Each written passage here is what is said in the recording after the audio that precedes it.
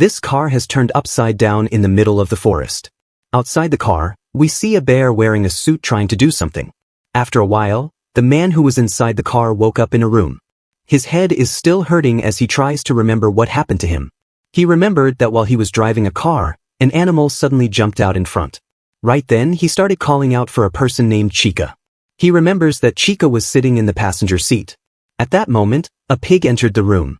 This pig is standing like a human and also talks human language. He first greeted the man and then asked him if he slept well. Immediately, he asked the pig about his daughter, Chica. Pig explained to him that yesterday, he and his daughter were in an accident on the forest road. Luckily, one of the villagers found them and brought them here for treatment. Pig told him that his head hit really hard, but his daughter only suffered some minor injuries. The man was relieved to learn that his daughter is fine and requested the pig to take him to his daughter. Pig agrees immediately and says that breakfast has been prepared and his daughter is waiting for him there. While walking toward the main hall, the man saw many images of different animals on the wall. He thought that this was a massive state. Judging by the interior, he concludes that this is an incredibly old building. Seeing the images of different animals, he thought that whoever lives here doesn't have a good taste. After thinking for a while, the man asked the pig about why he's wearing a pig costume. He asked if this is some kind of costume-themed hotel. Hearing the question, the pig let out a little laugh and said that it's quite an amusing thought. With that, they reached the main hall and the pig opened the door. Inside the room, there were many different animals sitting like humans. Seeing them, the man just wondered why there were so many people in animal costumes. Right then, a girl ran to him calling him daddy. He was really happy to see her and asked her if she's fine. She told him that because he didn't wake up, she played with animals. All the animals were looking at them and observing them. The goat concludes that the man is around 30 years old, while to the sheep, the man looks really healthy. The cat said that this man is a bit on the slender side, and he also reeks of cigarettes. The dog said that as long as this man got the stamina, he should be fine. While the cow is wondering if he will be able to entertain them or not. The man didn't hear their talk and after confirming that Chica is completely fine, he thanked all of them for saving them. Suddenly, a boar grabbed the man from behind. Seeing him, the deer, who's sitting in the main seat, asked the boar whose name is Hoensa to not scare their guests. Saying that, he invited both of them to sit down and enjoy the meal. Without wasting a moment, the man and his daughter sat on the seats and started eating like they haven't eaten anything for days. Every animal looked at them and were really happy because they're seeing signs of good health.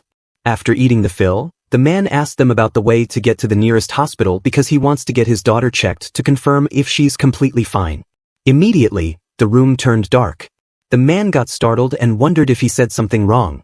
The deer broke the silence saying that his concern about his daughter is good, but they're already here, so the deer asked them that they should at least tour around for some time. The man was hesitant thinking about refusing, but his daughter said that she wants to play for some more time, so he decided to tour around. The next moment, the pig became their guide and showed them around. While walking, the man was getting more concerned and asked the pig if they could make a call to book a taxi. The pig answered that they didn't have cell service here. The man was shocked that even during this modern age, these people don't have any phone service. But his daughter was really happy, so he just followed along for now. After a while, they reached a room which shocked them. Inside the room, they saw many humans living inside the cages like animals. The pig is here to feed them like in farms humans feed animals. He first turned on the water, and like animals, all the humans stepped on each other to get wet. While feeding them, the pig explained that this farm constantly breeds and manages around 100 humans. They classify them into different ranks like young, old, men, and women. The pig said that this human shed is on the lowest one. Previously, Chica was playing with the pig and was calling him cute. Now the pig is looking toward the humans that are in the cage saying that they are looking kind of cute. The pig said that humans in this shed can't speak, that's why they're his favorite. The man was really shocked and asked the pig what kind of joke this is. The pig didn't reply if it's a joke or not, but he asked the man to not get scared because he'll live in a much better shed. The pig looked at some notes and said that when the man and his daughter arrived, the pig and other animals conducted a full examination. Even though the man has a habit of drinking alcohol, after a few days of detox, that won't be an issue. Which means he'll still be made into an excellent and juicy meat. The man was really shocked and said to the pig that he is talking like he's some kind of livestock. The pig smiled and said that everyone reacts like this at first. The pig said that they provide their humans with nutritious feed. They maintain strict quality control. They ensure a stable supply. Their goal is to produce safe, high-quality, delicious meat. The next moment, the pig threw both daughter and father in the cell, saying that they'll stay here for a few weeks. Now finally the man has realized that everything he saw until now was real. The animals here are real and intelligent like humans. They keep humans in cages like consumer products. He realizes that they were brought here on purpose. The little poor girl is also crying and apologizing to the father. She said that it was her fault, because she wanted to play more, they got stuck here. Hearing that, the man smiled and said to Chica that it was not her fault. Outside, the pig appeared behind a deer who was looking at his gun. The deer's name is Ernest, and the pig informs him that everything has gone according to the plan. Learning that, Ernest got up and provided a gun to all the animals and said, "The hunt begins now." At the same time, the man is running with his daughter. He was trying to get away from this village as fast as possible. While running, he suddenly spotted a human who could talk. When the man went to see that human, he noticed a collar on his neck. Immediately, that man started acting like a dog and grabbed the man. At that moment, a dog arrived there holding a gun. This human is trained by this dog and is being raised as a pet. The dog pointed the gun at the man and shot him, but the dog accidentally killed his own man. Even if he killed one, that didn't matter because he has 3 more on leash. Without wasting a moment, the man ran outside the forest. But after some running, he activated a trap which injured his leg. The man didn't care and asked his daughter to run away. After a moment, a boar arrived there. He looked at the empty trap and also couldn't smell the scent of the man. The man was hiding behind a tree trunk without letting out any voice. While he was hoping to not get found, the boar arrived behind. He grabbed the man from the neck and was about to kill him when someone shot him. The one who saved the man was none other than Ernest. When the boar saw Ernest, he immediately started apologizing, saying he was just playing around. Hearing that, Ernest put the gun on the boar's head and said to him that he is acting like an animal. Ernest started shouting at the boar. He asked the boar about the one who gave him the permission to torment a human. Ernest asked the boar about the one who said he can eat humans alive. Ernest called this act of the boar cruelty. Ernest asked the boar about how many times he has to tell him that life must be treasured. The boar's name is Hoensa, and in the end, Ernest said to him that if they treat humans like trash, then they cease to be who they are. After scolding Hoensa, Ernest went toward the man and apologized to him. The man thought that this deer is a good animal, so he asked him to save his daughter. Ernest said to him that he had nothing to fear.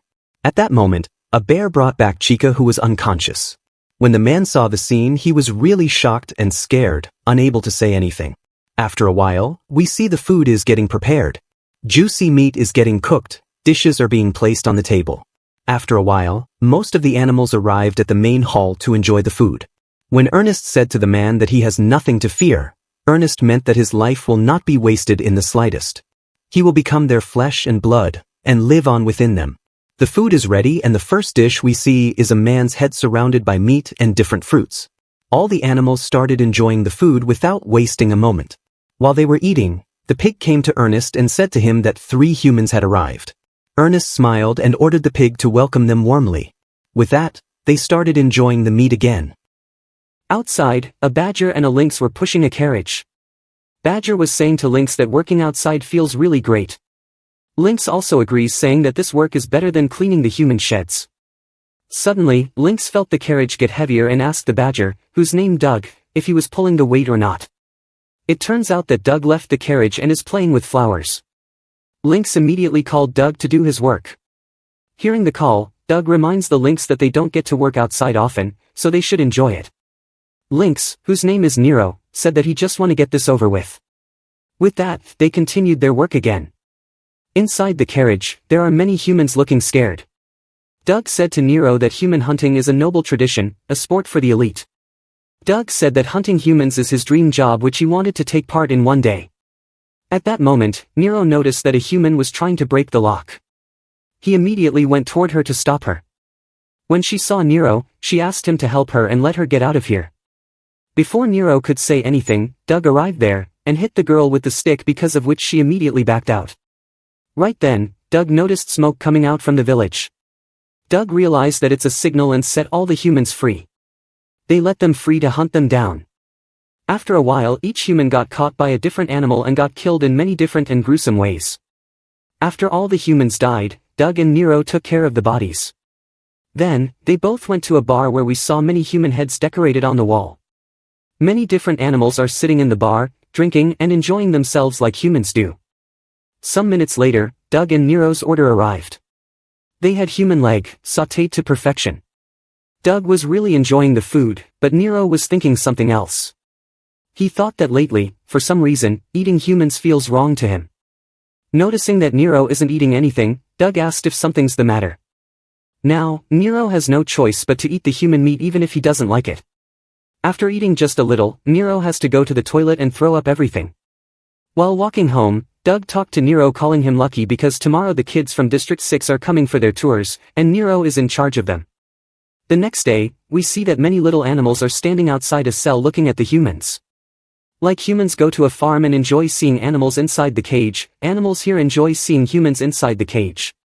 Kid animals were shouting, asking humans to look at them. But no matter what they called, all the humans were stuck in a corner without looking toward them. Right then, Ernest came to them and told them that if they want humans to look toward them, they should stay quiet. Kids took Ernest's advice, and slowly, humans started looking at them.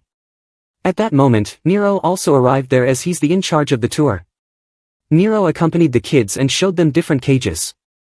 After some walking, Nero showed a cage to the kids which is for overfat humans. In this cage, humans don't care what they have in front of them, they eat snakes, insects and every random thing to survive. Seeing how Nero is taking care of the kids, Ernest praised him, saying that he's good at this work. Looking at Ernest, Nero thought that he was thinking Ernest would be more stiff, being the village leader and all. But he's actually so easy to talk to. Nero realized why everyone likes him. After a moment of looking at Ernest, Nero started thinking if he had seen him somewhere before. Suddenly, Ernest said that they should end today's tour here. He asked Nero if they should end the tour by butchering one of the humans to show the kids. Nero was shocked and said that they can't just butcher a human, they need a clearance from the higher-ups. Ernest said to Nero that there's no issue, but Ernest is the one who grants clearance. Like this, Ernest took one human, and tightly bound him to the table. Seeing the humans, Ernest praised him, saying that he's young with a healthy complexion, which makes a magnificent specimen. Immediately, the man started shouting that he doesn't want to die. He called for his mom, but there's no one to help him. Kids were just watching and enjoying the screams of humans. Seeing kids enjoying the scene, Ernest got happy and said that they're very diligent, which is very admirable. Ernest said to them that the thing that matters the most is facing everything with sincerity. Otherwise, it would be disrespectful to life. Ernest told the kids that the meat isn't just a lump of flesh.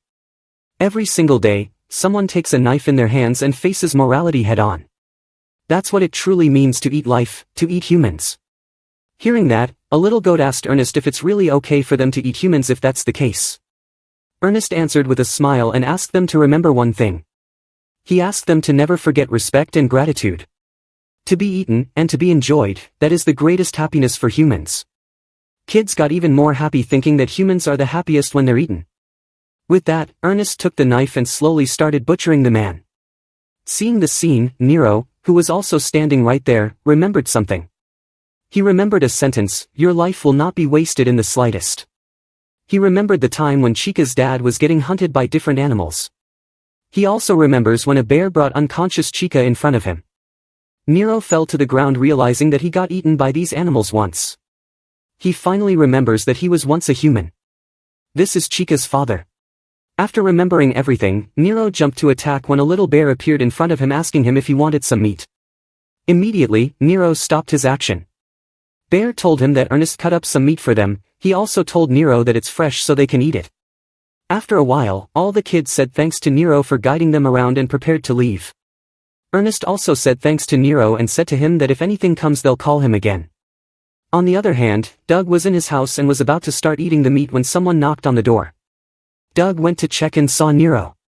Before Doug even said anything, Nero grabbed him and asked him if he had any memories from the time when he was a human.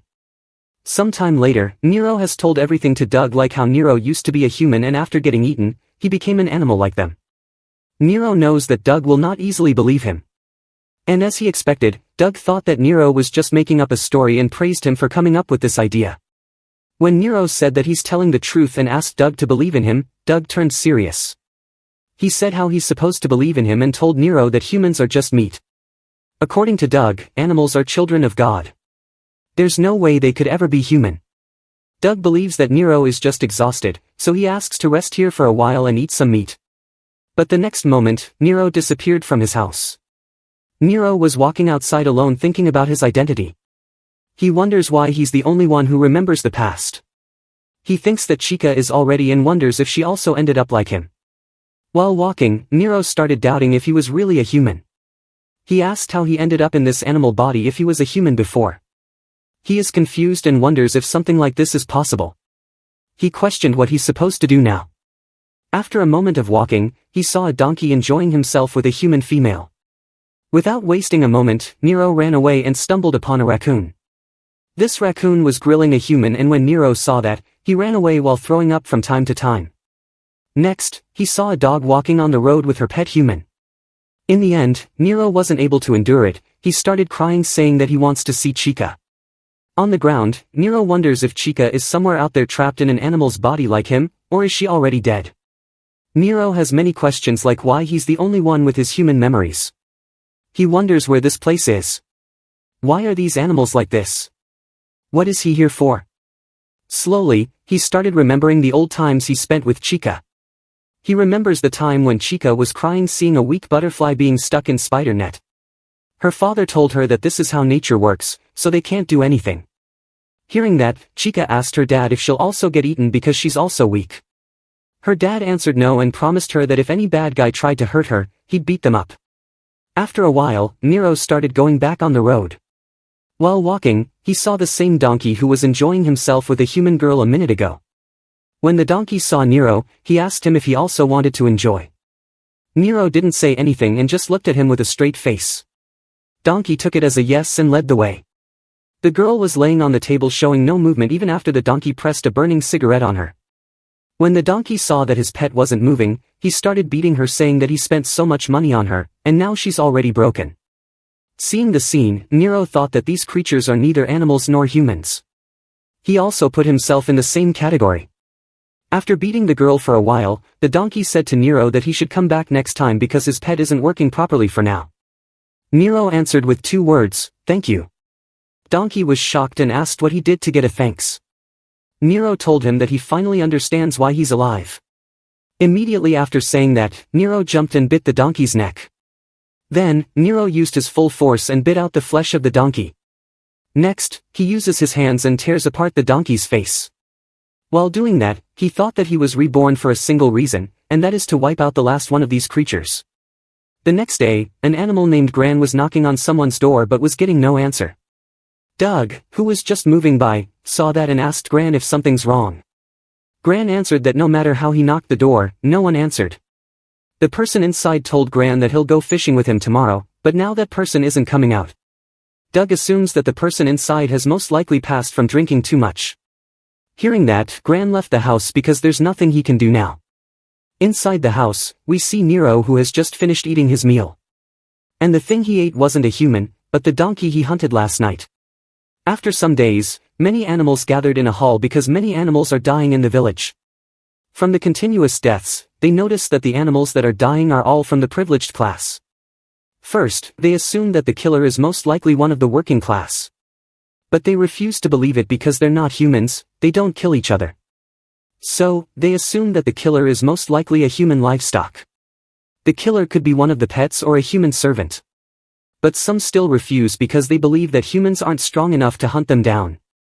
While they were talking, Ernest entered the room. Without saying anything, he walked toward a piece of skin from a dead boar. Ernest started crying while calling out the name of this boar, Hoensa. After some crying, Ernest gave a speech and motivated everyone who was in the room. The first one to leave the room was a bear. While all the other animals said things like they're chosen one or they're children of God, the bear knows that at the end of the day, they're just beasts. While the bear was walking outside, Ernest was looking at him through the window. Suddenly, the bear caught a smell of blood from an abandoned building in front of him. His mouth turned watery, thinking that it's finally his turn. He slowly walked toward the building while thinking that he doesn't care if the killer is his own kind or a human, he just wants to have some fun.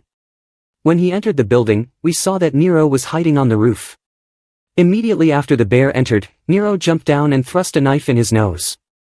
The bear tries to attack, but Nero just runs away. Suddenly, a rope appeared around the bear's neck. Nero pushed the other side of the rope, which caused the bear's neck to strangle. Because the bear had sharp claws, he easily cut the rope and freed himself. When the bear tried to attack Nero, he used the knife and cut down the bear's hand. But the bear didn't stop, he attacked with the second hand. After a while, the bear had cut all over his body, but he still refused to back out. He seems to have come to a realization. He thought that Nero is a wildcat, a natural-born killer, blessed with unmatched agility.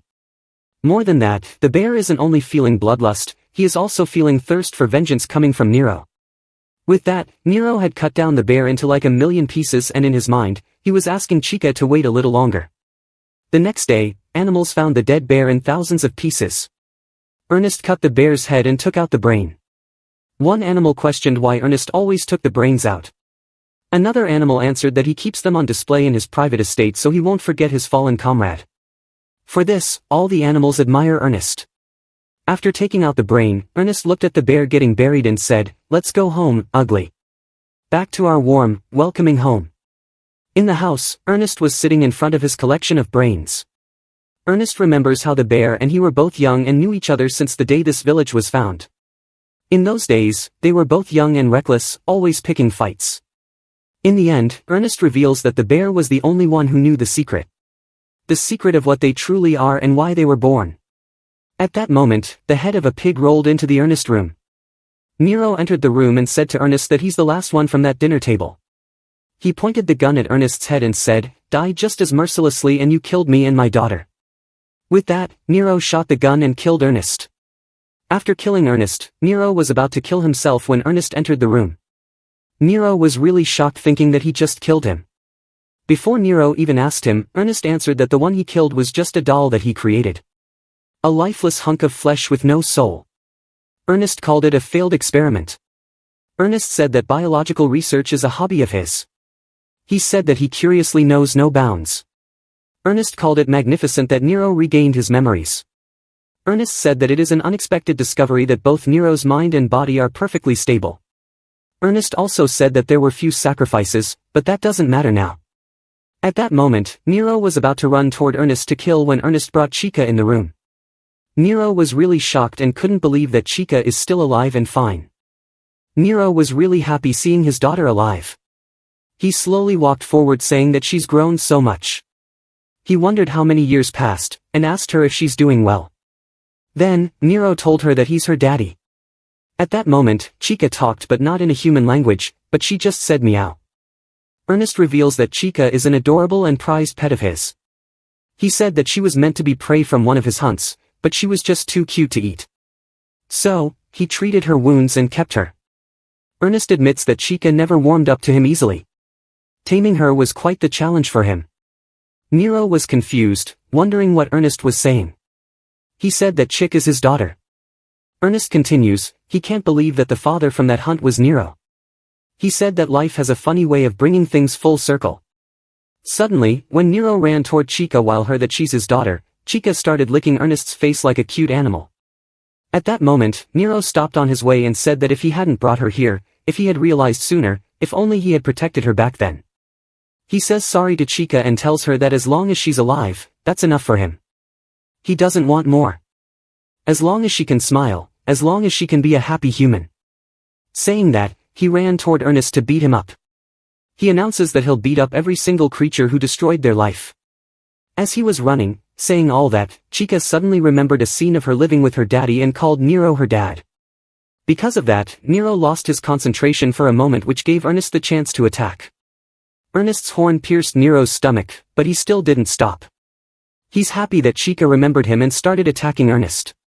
Seeing the scene, Chica started remembering more of her life with her daddy. She finally remembered who she was and asked Ernest why he's eating her daddy. It turns out that Nero wasn't able to kill Ernest and now is getting eaten by him. Ernest slowly takes a bite of Nero's meat and enjoys it little by little. In the end, Chica wasn't able to see and passed out. After a while at Ernest's house, Chica woke up. Before she said anything, Ernest said sorry to her for being caught up in his meal. As she opened her eyes completely, she was really shocked. Immediately, Ernest told her that it's okay now. He knows that she's been through a lot and decided to tell her a story. He said that it all started with a goat. She was the last of her kind, the final female before her species reached human-driven extinction. They called that goat, Maiden. In a desperate attempt to save her species, humans tried everything. Through genetic engineering, they rewrote her DNA, granting her the ability to reproduce without a male, something only certain insects and reptiles were known to do in the animal kingdom. It was an act that defied human morality, but no one dared to object. But there was one fatal miscalculation: for a large mammal to reproduce via parthenogenesis, it required an enormous amount of energy. For this maiden, a herbivore, developing a craving for meat. Her own children weren't safe, she had a particular taste for their brains. Then one day, by chance or perhaps by fate, the maiden attacked her human caretaker. And something strange happened. Through consumption, she combined human brain with animal genes, and she became a creature that could give birth to animal humans. That is how these creatures came to be. Ernest called it a cruel joke born from human hands. He reveals that to maintain these bodies, they must continue to eat humans. But then, Ernest knows that she must be wondering why he enjoyed eating her daddy. He wasn't human, he looked like an animal. Ernest didn't want to reveal it to everything, he revealed it just to Chica. He said that animal humans taste far better than human meat. He said that all living beings are born with desire, it's in their nature to chase it. If it's delicious, Ernest wants to taste it. Even if they were his own sibling, born from the same womb. After that, Ernest presented Chica in front of all the animal humans and told them that the one who killed their brothers and sisters is this human. All the animals were really angry and wanted to execute Chica on the spot. According to these animals, they're the children of God standing at the peak of this world, but Ernest knows that truth. He knows that they are nothing but failed creations. He called them ignorant and thought that they too are meant to be eaten.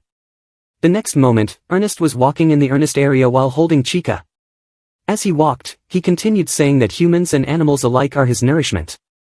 If there is a single true God, it would be the one who stands at the pinnacle of the ecosystem. A god has the right to monopolize delicious things. He told Chica that in the process these human animals birth, on rare occasions, some recall human memories. Ernest called this a miracle and told Chica that his father was one such case. He said that those who inherit memories are exceptionally delicious, and Chica carries that same lineage. At the end of the underground tunnel, there was a giant goat. Around the goat, there were many skulls and bones of humans. Ernest called this goat Mommy and said he bought something for her.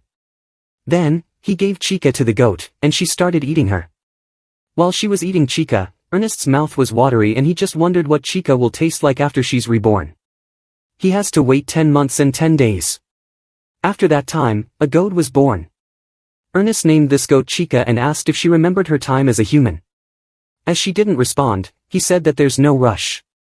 He asked her to just let her memory return slowly. Right then, he remembered that he brought a cake to celebrate. A rich, creamy one, made with human milk, extra sweet. The cake is on the table upstairs, so Ernest decided to go get it. After a moment, Chica heard footsteps of someone coming downstairs. Surprisingly, the one who came down wasn't Ernest but a human holding an Ernest head. He threw Ernest's head on the ground and reported that there's just a kid in the basement and asked the others to keep searching for the breeding specimen. Outside, many humans arrived in the village holding guns and started killing all animals. In a big city, a meeting was held where some people were talking about the incident that occurred at just one of the many farms. They said that there's no need to worry, they should leave this matter to the discretion of the local administrator. But some didn't agree with this suggestion because that local administrator was the one who caused the problem. A person said that it's a quality control error that should never happen, meat, attempting selective breeding of its own volition. In other words, there's a real concern of genetic contamination. He said that their food security has been violated. For some reason, in this meeting, there's not only humans but also animals.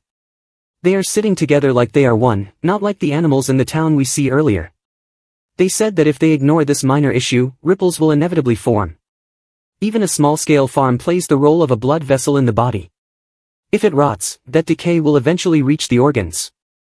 Therefore, the farm currently under siege, Farm E13, must be purged. Everyone raised their hands in the favor of this suggestion. Scattered across the world are countless farms. Each one of them exists under the unknown company's control. To sustain the lives of animal humans there, a stable supply of human meat is secured and distributed. In turn, these farms produce the finest quality animal-human meat, which is then shipped across the world, serving as both nourishment and pleasure for the elites. A perfect dining table, where humans and animal humans alike consume one another. This vision is made possible only through that unknown company's tireless efforts. In the meeting, a human was looking at Ernest's photo assuming that he would have been an excellent meat. Beside the human, an animal human was sitting who asked him to not worry, they'll just make more. At that moment, they smelled something delicious. Are they humans, animals, or something else?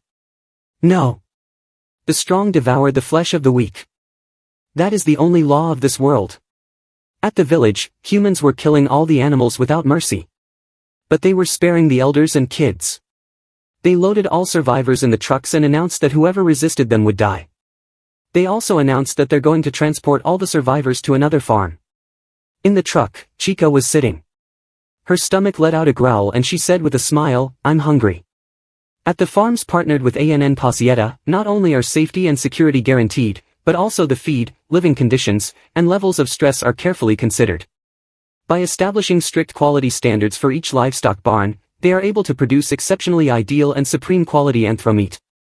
This is Takanaji, head chef of Ann Pasieta. To him, anthro meat is the ultimate ingredient. He said that he's often asked, what's the secret to delicious cooking? He said that he simply listens to the voice of the ingredient, that's how he answers. What brings them joy, what gives them anxiety, their pain and fear, even their moments of peace and comfort. By exchanging words, Takanaji said he can understand them. He said that for a chief, it's like gaining 100 spices. Once you understand their heart, all that's left is to gently guide them to deliciousness. The finest ingredients, the finest staff, an unexpected dining experience, woven together with their finest guest, this is what restaurant Ann Pasieta offers. At the end of the ad, Takanaji said that they sincerely look forward to their visit. At Ann Pasieta, some people were sitting talking to each other. Takangi appeared there and welcomed them. He told them that tonight's menu has been crafted together with their talented staff. A one-of-a-kind full-course meal infused with personal tastes and preference. An encounter with cuisine they can't experience anywhere else. In the end, Takangi asked them to enjoy to their heart's content. People were really happy to see Takangi. All of the people that are here booked a year in advance to come here today. After that, the food was presented in front of everyone. Seeing the goat decorated on a table, everyone was really excited to try it. To surprise everyone even more, Takanaji did something unexpected. He rang the bell and the cooked lamb opened his eyes. He even talked and asked where he was. All the people who were present there were really shocked, they couldn't believe their eyes. Then, Takangi explained that even though the head has been removed and each part prepared, the body is connected through tubes, with transfusions and an artificial heart. They have administered life-extending measures. Next, Takangi decided to explain the dishes. First, the arm is served raw as a carpaccio to preserve its freshness, its signature lamb-like aroma is paired with edible flowers. The other arm was shaved down, minced and fried crisp in its own lamb fat, cricket style. The organs are blended with herbs into a merbled pâté, best enjoyed with bread, to your taste. The shank meat was simmered with bone into a rich, hearty soup.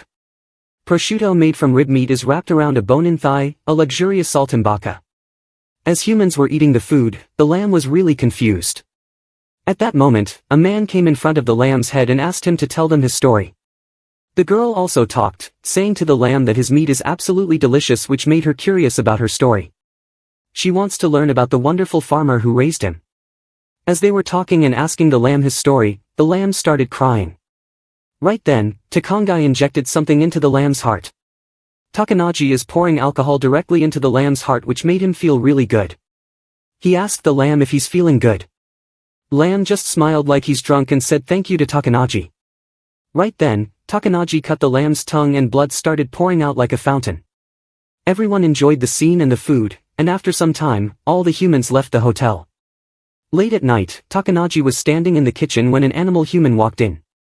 This animal is the Minister of Food and Agriculture, Genso.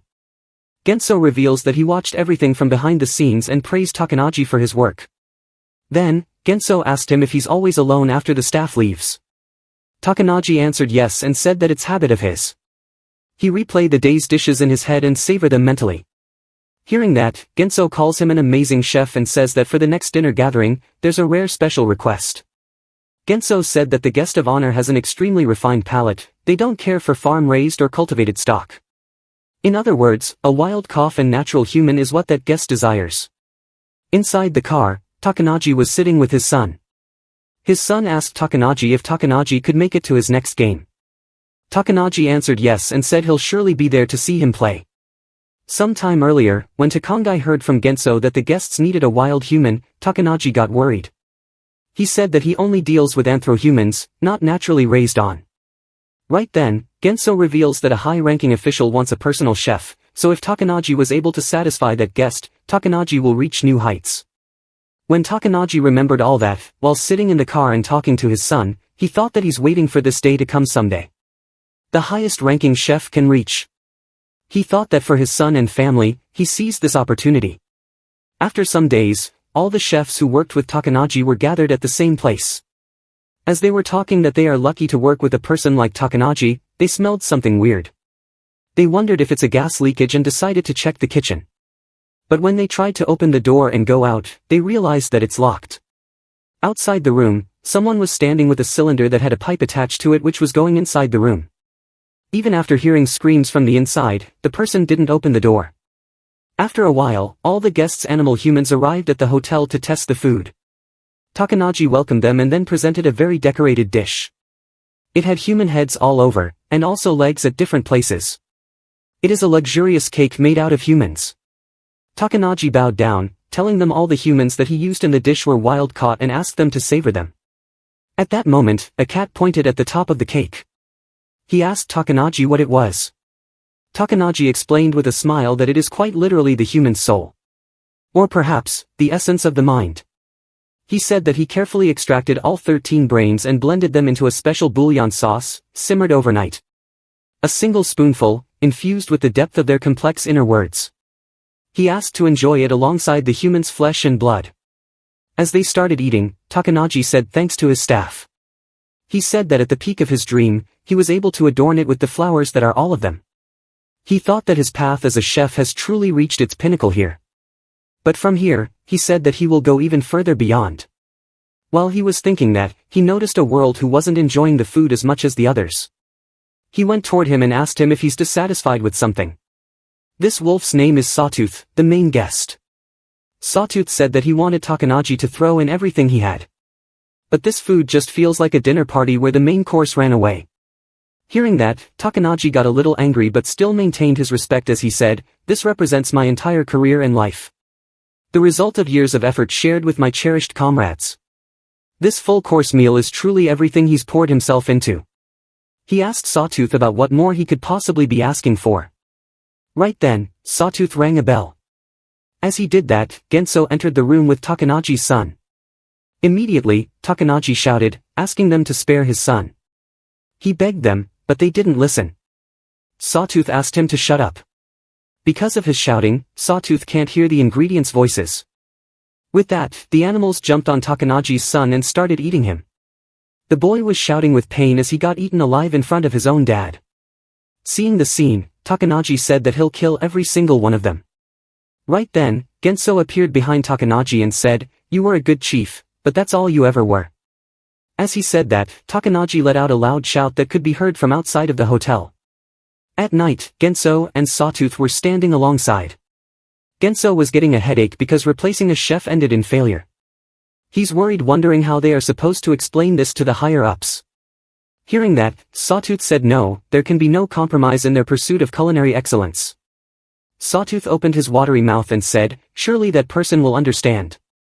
It's all for the sake of creating the perfect dining experience for anthro-humans. After all, humans are just meat in the end."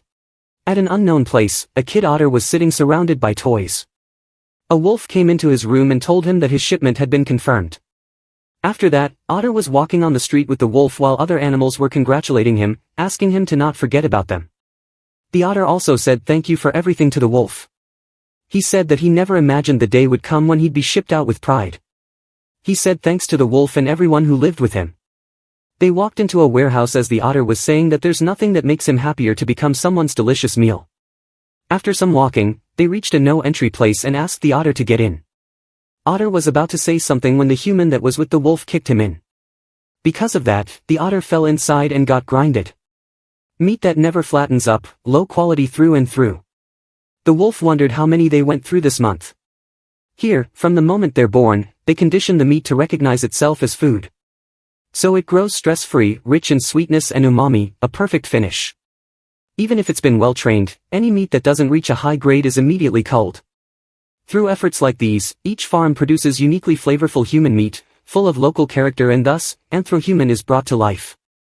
To the lives that allow them to become meat, we offer respect and gratitude.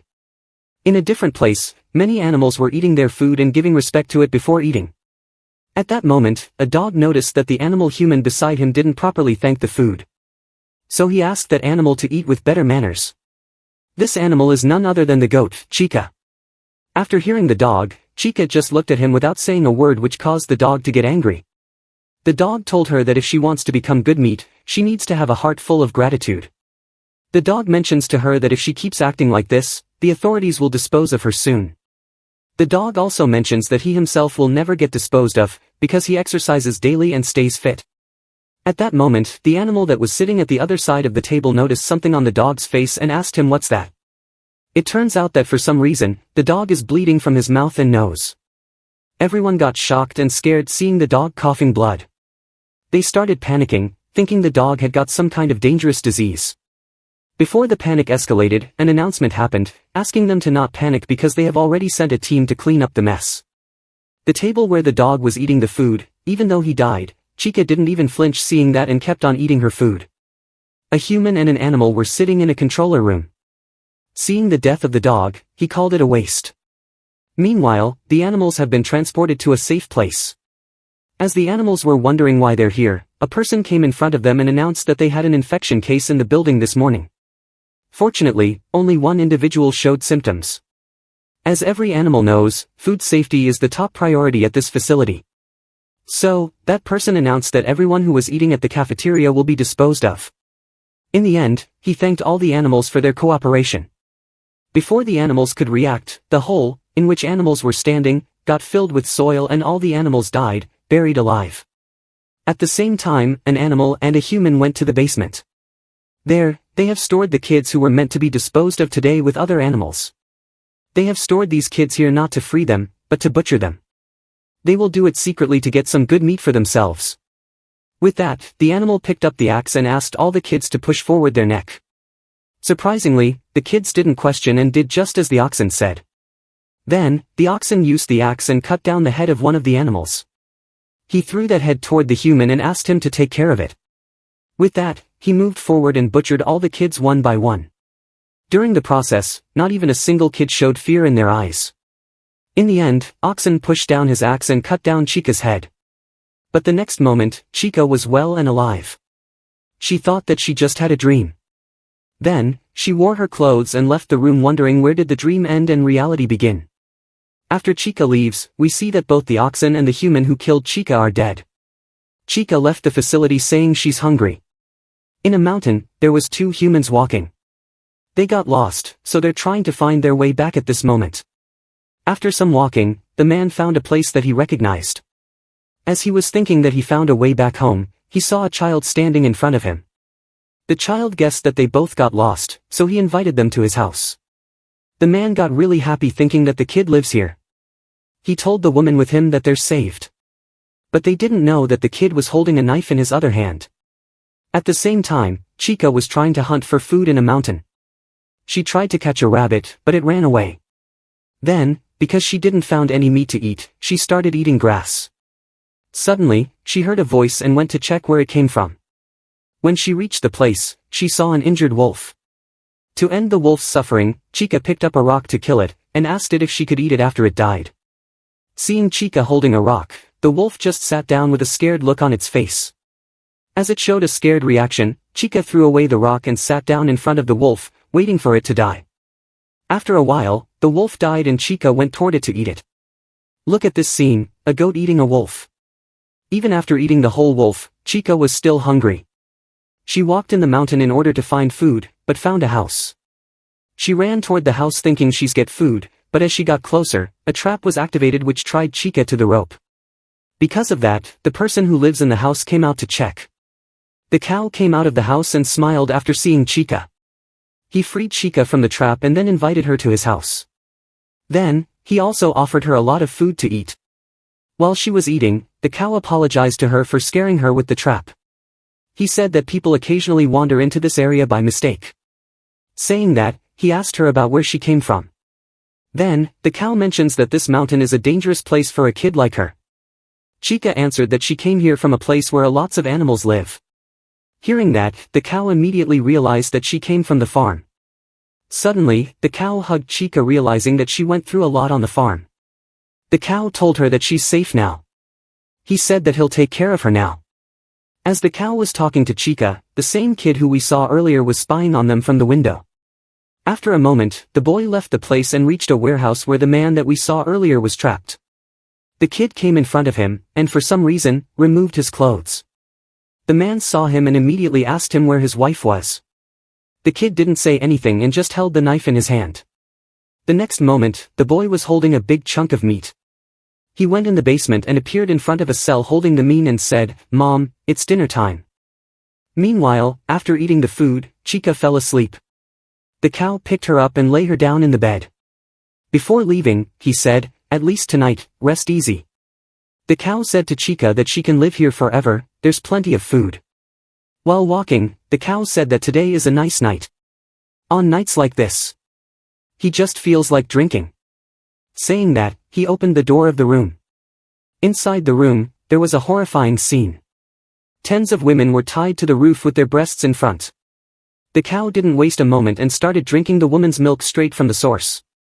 I can't show this scene on YouTube. On the other hand, Chica woke up because she smelled something. She went out of the room while calling for the cow. Right then, she accidentally spotted a door that led to the basement. She went to the basement and saw a bear, whose condition was really bad, sitting in the cell.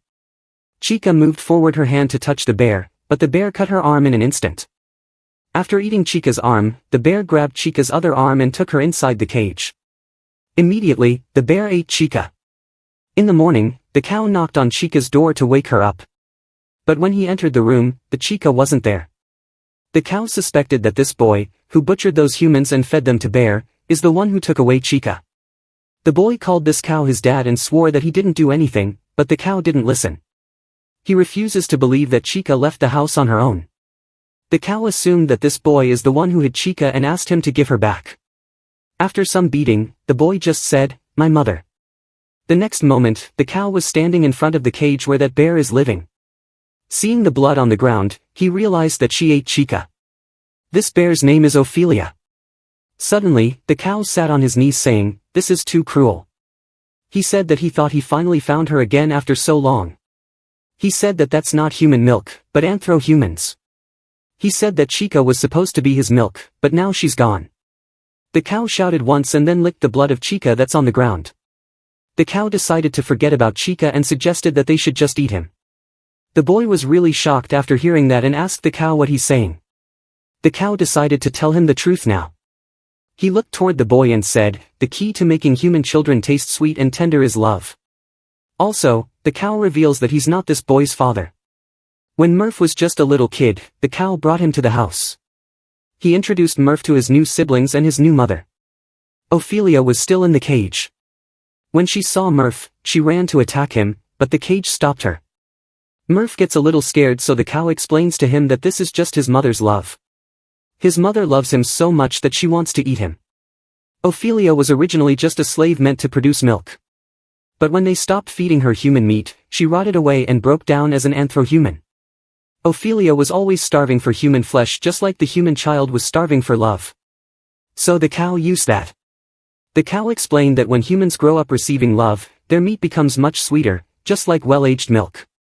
The cow reveals to Murph that what he thought was love was nothing more than a primal urge to devour him like insects. Raising the finest meat with false, deceitful love. If he says so himself, it's a brilliant life's work.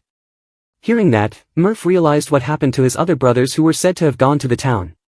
The cow rubbed his stomach and said that Murph is also going to his stomach. Blended into a bloody, mushy shake. Suddenly, Ophelia let out a loud shout. His stomach got pierced by something. Slowly, the hole grew bigger and something came out. This something is none other than the goat, Chica. The cow was shocked to see her because he realized something. He entered the cage saying, "I can't believe she really existed. Unbelievable that something like this would actually happen." He called Chica a miracle and his goddess. He picked up Chica saying, "I love you. You came as you were meant to, born exactly as you were meant to be born, God sent you here for me." He couldn't believe that such a gift would be waiting for him. He decided to take a bit from a pure, innocent goddess. He put her on the table and tore her clothes. He was about to eat her when he felt something. He looked behind and saw that Murph had pierced him with a little spear. The cow asked him why he did this and also mentioned that it hurts. For some reason, Murph didn't know why he did it. It just happened. The cow grabbed Murph from the neck and was about to eat him when suddenly, Ophelia jumped from behind and bit him. The cow tried to stop her, but it didn't work. Because of the chaos, the lantern that was sitting on the table fell down and broke, putting the table on fire. As the cow was getting eaten, he just wondered from where Ophelia got this power. Her stomach's been ripped open.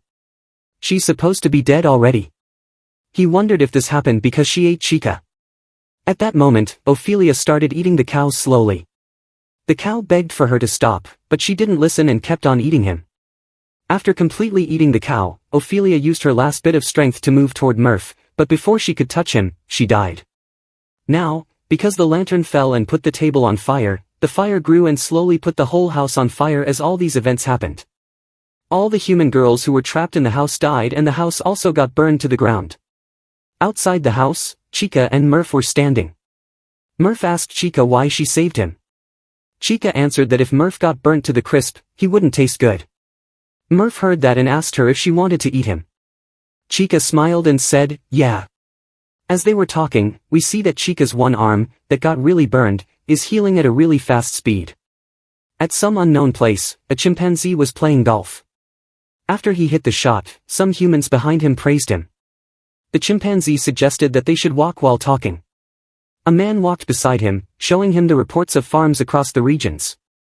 He said that there's been a surge in meat loss due to genetic defects, sudden death, and cannibalism, issues they have suspected long ago. The man guessed that these are likely defects caused by repeated cloning of the material line. Genetic level inspections of edible meat will soon be an urgent necessity, the man said. If they can't solve this, they'll be facing a global food crisis. Before he could finish, the chimpanzee hit the golf ball and it landed in a pond. The chimpanzee saw that and said that getting praised always throws him off. He moves his hand toward a random guy and asks him to toss him a ball. Without hesitation, the man took out one of his eyes and gave it to the chimpanzee. The chimpanzee took the eye without saying a word and continued what the man, who showed the reports, was saying.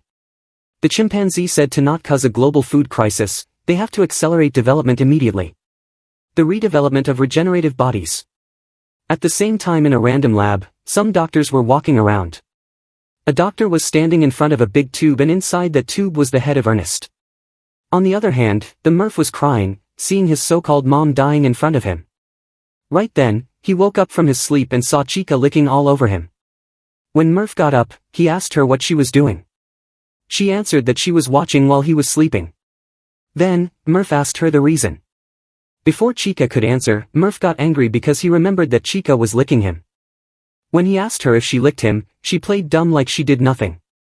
Next, Murph started walking away asking Chica to go wherever she wanted.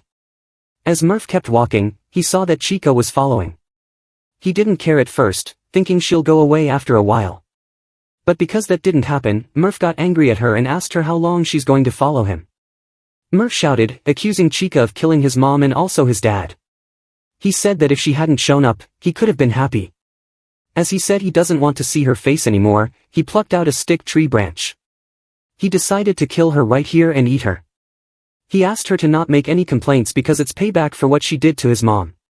Chica said that she understands and asked him to go for it if it makes him feel better. The next moment, Murph appeared in front of Chica and hit her on the head with all his force. Then, he kept on hitting her until she stopped moving. He thought that she died, but suddenly, all of Chica's wounds healed and she got up like nothing happened. She apologized to Murph and told him that she can't die. She was about to reveal something about herself, but the scene was cut off. The next moment, they both were sitting in the middle of the forest around a fire. As the frogs were getting cooked, Chica broke the silence and asked Murph, "If you die, can I eat you?" Murph can't believe that she's still talking about that. Chica continued, saying he looked soft and sweet. And his blood looks healthy. She bets that he got a nice, clean bite, he looks really delicious to her. Hearing that, Murph didn't feel anything and asked her if she was still hurt. Chica answered yes and told him that it hurts even when she's healing. Then, Chica said to Murph that he was in pain too. She said that because Murph was tossing and turning in his sleep. Murph didn't say anything and revealed his name to her. After that, he asked her to tell him her name. She answered that she was called number 1128. Murph heard that and told her this isn't a name. He then asked her what she was planning to do from now on. She answered that she'll live so she can eat. As she said that, she started eating the frog that was getting cooked. But while she was eating, her stomach kept on growling. She said that this isn't nearly enough. She's so hungry she feels like she's gonna die. Hearing that, Murph told her that she should sleep. If she sleeps she'll forget about hunger. Chica heard that and asked Murph to sleep too. Murph refused, saying she'll eat him if he slept. Chica said that she'll never do that. As she closed her eyes, she said, "I'm alive, Mom is." Before she could finish, she fell asleep. When she was sleeping, Murph left the place saying he can't be with her anymore. Right then, Chica heard a monster's voice calling her. She didn't get scared seeing the monster and just asked him who he was. She can remember him, but she feels like she should know. Suddenly, the voice asked Chica to run. Immediately, Chica woke up from her sleep and found herself surrounded by some animals. The animals saw that and mentioned that her senses are as sharp as their boss said. They caught her, but couldn't believe how easily they caught her. So, to confirm that if this is really the kid they're after, they cut Chica's ear. Instantly, Chica's ear healed, which confirmed her identity. As they tied her up, Murph came back. He walked toward the animals saying he got lost. He said that he's been wandering this forest for days. He asked them if they had anything to eat. Seeing him, the goat pointed the gun at Murph's head, asking to back off. The goat said that this isn't the place where a human child should be wandering around. The raccoon saw him and guessed that this was really a lost kid. He suggested that they should butcher him and eat him. Suddenly, a knife pierced his throat, killing him on the spot. Next, Murph jumped toward the stunned goat and also killed him in an instant. Seeing the scene, the dog got really shocked. He picked up Chica and pointed the knife toward Murph, asking him to back off. Murph didn't get scared. He spit out the blood and asked the dog, "Give me back my sister." The next moment, Murph cut down the dog's arm and then killed him. While Murph was clearing the sweat from his head, Chica was eating the dog that just died. Murph looked behind and asked her what she's doing. When he saw what she's eating, he said that they should cook him first. He told her that if it's raw, she could get sick from parasites or something. Chica didn't care about getting sick, she said that it tastes good like this. Then, Murph took out a knife and asked Chica to watch. He started cutting the meat saying things like this always taste better with a little extra effort. As he was cutting, Chica asked him why he came back to save her, and what he meant by sister. Murph said, "Who knows," and asked her if it really mattered. After cooking the meat properly, he gave that to Chica. When she ate it, she realized that it tastes really good. She said that she never ate something like this before and called Murph amazing. While they were eating peacefully, there was a strange bat hearing and seeing everything. At the back of the bat, there was a human attached. And through the pipe, Bat drank all of his blood. The next moment, the bat was standing in front of Murph and Chica. Murph wanted to run, but for some reason, his body couldn't move at all. The bat slowly opened his mouth to devour Murph. But right then, a frog came flying and hit his face. Chica was the one who threw it to save Murph. Immediately, Murph grabbed Chica's hand and started running away from the bat. As he ran, he thought that he couldn't move at all. He's scared. He said that he can't beat that bat alone, it's impossible. Suddenly, he stopped because he thinks that if Chica and he work together, they'll be able to beat that bat. They quickly made a plan and hid in the forest. When the bat came in the range, Murph jumped from the tree to attack. But the bat was able to notice and grabbed Murph in the midair. At that moment, we see that there's Chica's body behind the tree, but there's no head. Bat also saw that and was really confused. Right then, Chica came from behind and pierced the bat's leg with a knife. This attack did no harm to the bat. He took out the knife from his leg like nothing happened and licked the blood that's on it. Murph was still in his hands. Murph thought that even though they set a trap, nothing was working. He concludes that this thing isn't just some regular beastman. Suddenly, Murph noticed the bat's eyes. He thought that those eyes were just like his dad's. The eyes of someone who only sees humans as food.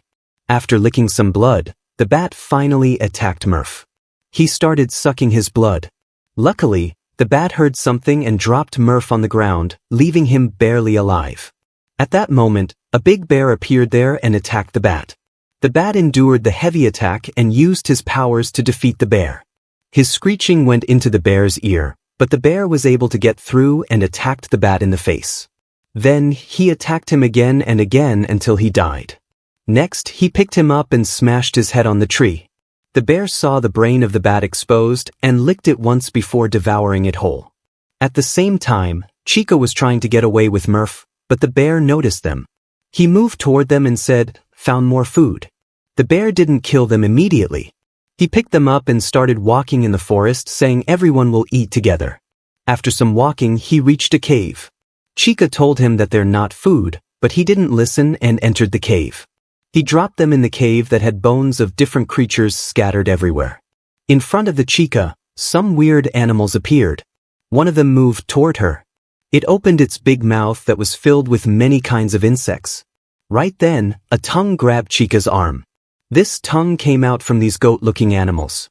Chica was really confused. She tried to move but couldn't because there's this little creature holding her leg. Then, this mole-like animal also arrived near Chica. It had a really big mouth in its stomach. Before they could eat her, another animal came there. He asked everyone to stop. He said that they don't eat living creatures, and Chica is still alive. He always tells them this thing, but they always forget. Bear apologized to him for kidnapping living things. This animal, who seemed to be their captain, is named Mimi. He carefully inspected Chica and realized that she's a mix. Chica was really confused and asked them who they were. Mimi asked her to not worry and said that they're not going to eat them. Mimi told her his name and said that everyone here is his family. Beyond many mountains from here, there's a breeding farm for beast people. Mimi and others were born there, and when they became unwanted, they were disposed of as trash. Chica wasn't able to understand, so Mimi explained that they were born as meant. So naturally, they were supposed to be processed as food. But Mimi's body had a defect, one that was useful to certain others. He became a subject of research over a long time. His body was cut apart, every drop of blood analyzed thoroughly. He wondered why he was still alive. Why couldn't he just die and be at peace? He cursed his own stubbornness to survive. He was completely used up, turned into garbage, and discarded. At least he could die. There were tears of joy. But when the stench of rot hit his nose, he thought he had gained freedom. The freedom to breathe. The freedom to move his fingers. The freedom to eat rats. The freedom to claim corpses and his own. He stitched together discarded corpses and healed his own body. Then he helped others in the same situation and escaped. He asked Chica to not get scared. Even though they look dangerous, they're good-hearted. Hearing that, Chica started playing with one of them and said that they are really cute. The next moment, the table was filled with food. There were cooked fish in front of the Chica. The bear told her that he caught them. Everyone started eating, and each one of them had their own weird way of eating. The goat was peacefully eating the food when suddenly, his organs fell out from his stomach.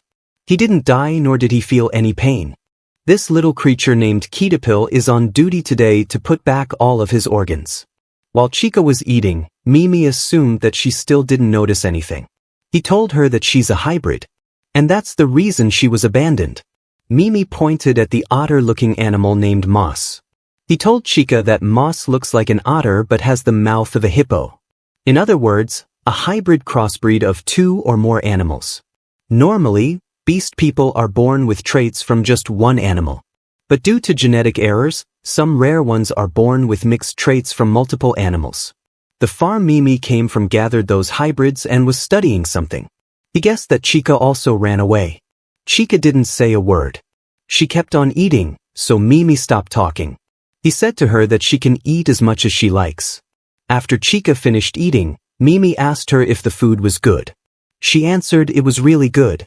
Mimi told her that it's safe here. As long as they live quietly in the forest, no one in this world cares about rejects like them. He told her that if she's fine with it, she can stay here forever.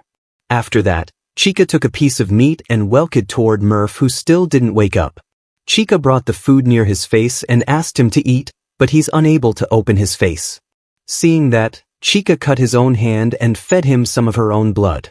Chica told Murph, who's clearly not listening, that everyone says they can stay here forever. They say it's safe here, and there's plenty of food like fish and berries and stuff, and humans too.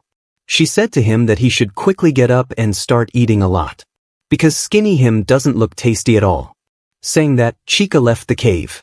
She was standing outside looking at the view. But right then, an unexpected creature walked in. It is none other than the deer, Ernest. Ernest said that he searched for her for a long time, but it was never a burden because he always kept the thought of her growing up in his heart. He said that he's her papa, the one who created her. Chica heard that and asked him if the one calling her in his dreams was him. This is the first time Chica heard her own name. She asked Ernest if Chica is her name. Ernest rubbed her head and answered yes. He said that from now on, they'll always be together. Ernest grabbed her hand and said that this place is nice, but it smells like rotting garbage. So they should go somewhere safer and with cleaner air. Ernest took a step forward, but Chica didn't move. She said that she doesn't want to go because everyone is here. Hearing that, Ernest smiled and said that he understood. Right then, Dory walked there. She said that they were looking for Chica everywhere and told her that the food was ready. She saw Ernest and asked her if this is someone Chica knew. Before Chica answered, Ernest grabbed Dory's head and ripped it apart. Then, he drank her blood and ate her brain. He liked the taste a lot. He said that it's mixed with something. Ernest walked toward the cave saying if what's here became a shackle for her, then he'll leave nothing behind. When he appeared at the entrance of the cave, Mimi spotted him. He asked Ernest what happened to Dory and that sheep girl. When Ernest didn't answer, Mimi realized something bad had happened. He called the bear named Lien and told him that this deer can't be allowed to live. Without saying anything, Lien ran to attack Ernest, but he easily dodged. Suddenly, Ernest stared at Lien. This stare scared Lien so much that he wasn't able to move. He was so scared that he dropped on his knees covering his head. Then, the goat ran to attack him. Ernest easily grabbed her from the head and plucked it out. He did the same thing. He first licked the brain and then ate it. Seeing that, others tried to run away. But Ernest didn't give them a chance. He caught each of them one by one and killed them brutally. After dealing with all the animals, he moved to kill Murph. But before he could do that, Chica stopped him. She requests Ernest to not kill him. Shocked, Ernest asked her what she's protecting this human. She answered that Murph saved her, that's why she doesn't want him to die. He looked at Chica's sad face and wondered if she was suffering. He assumes that she's regaining her humanity. He thought that this too is a sign of brain development. He said that he understood that Chica cares deeply for this human. He said that he thinks that's a truly wonderful thing. And with that, he has decided to kill Murph. That way, Chica will develop even more and taste even better. As Ernest was about to take a bite, something unexpected happened. Ernest was sent flying, crashing through the ground. He wondered what happened. His body won't move. Something blessed him away. He wondered if it was that giant bear. When he looked in front, he saw Chica looking completely different. He realized that it was Chica who sent him flying.